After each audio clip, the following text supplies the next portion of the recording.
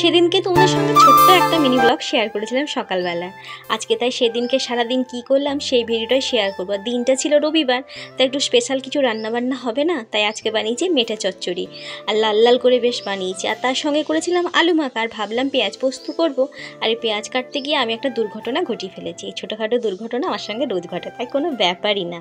আর সেদিনকে মেলায় ঢুকেছিলাম, তো বরকে বলেছিলাম চলো মেলা বসেছে, ঘুগনিটা আজকে ফার্স্ট দিন খাবো। তো এই ছোট্ট পাড়া একটা কিউট মশলাদানি কিনেছিলাম মাত্র 20 টাকা দিয়ে।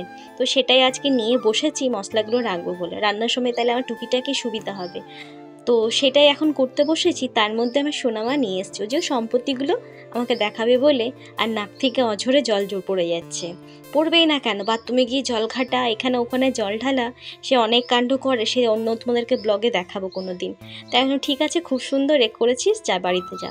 মশলাপাতি সব গুটিয়ে নিয়েছি, আর রাতের কাজটা একটু এগিয়ে নিচ্ছি। রাতের জন্য আজকে হবে চিকেন কিমা, সঙ্গে হবে লাচ্ছা পরোটা। তাই চিকেন কিমাটা দুপুরেই বানিয়ে নিলাম।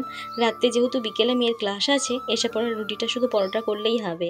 সন্ধ্যাবেলায় বেরিয়েছি দুপুরে একটা সুন্দর ঘুম দিয়ে, আর মেয়ে দেখাচ্ছে আমাকে দেখো। আমার ও অকাদের বাইরে উঠে গেছে, সেজন্য আর নামতে পারছে না।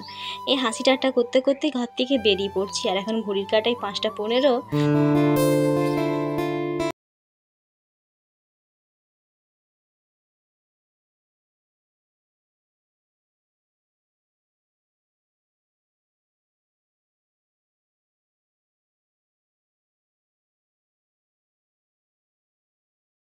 তখন ঢং করে করে তোমাদেরকে দেখাচ্ছিলাম হাতটা, এটাই দেখাতেই চাইছিলাম যে শ্রাবণ মাস পড়ে গেছে, সবুজ চুড়ি পরেছি।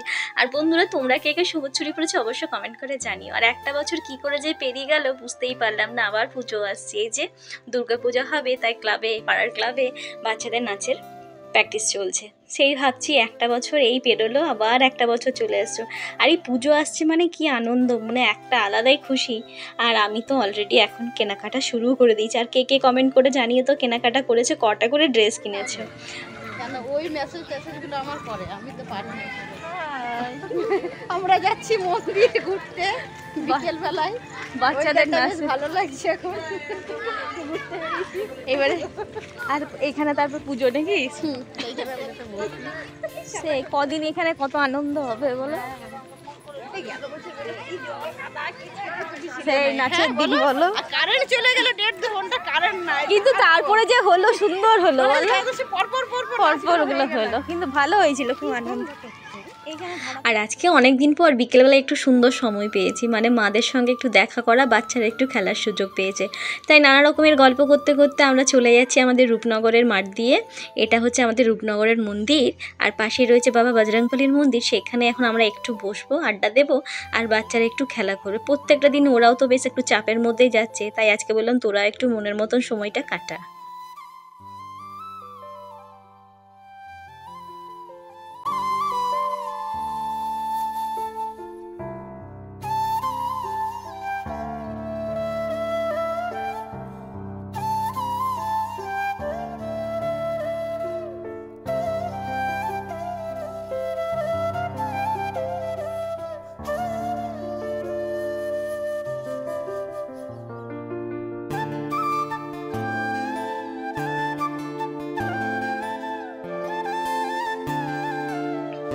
অনেক দিন পর এরকম একটা সুযোগ পেয়েছি, তাই সময় কাটাতে বেশ ভালোই লাগছিল।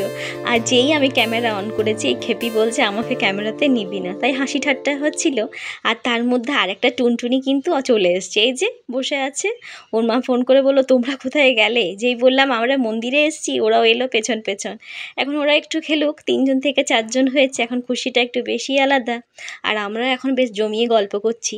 তো কেমন লাগলো আজকের ভিডিওটা অবশ্যই জানিও। আর তার মধ্যে সঙ্গে একটা ছোট্ট হলো তোমাদের একটা ভালো জিনিস শেয়ার করছি। এই যে আমাদের বাড়ির গলিটা দেখতে পাচ্ছ, সারাক্ষণ অন্ধকার থাকে, রাত্রেবেলায় কত কি দেখতে পাওয়া যায়। তাই দেখলাম একটা এখানে পোলের মধ্যে লাইট লাগিয়েছে, তাই আমার মেয়ে খুশি হয়ে লাইটটা জ্বালিয়ে দিল। আর সত্যি কথা খুশিরই ব্যাপার, অন্ধকারে রাত্রে যেতে খুব ভয় করে এই রাস্তা দিয়ে, অনেক কিছু বেরোয়। তো আজকের ভিডিওটা কেমন লাগলো অবশ্যই তোমরা জানিও।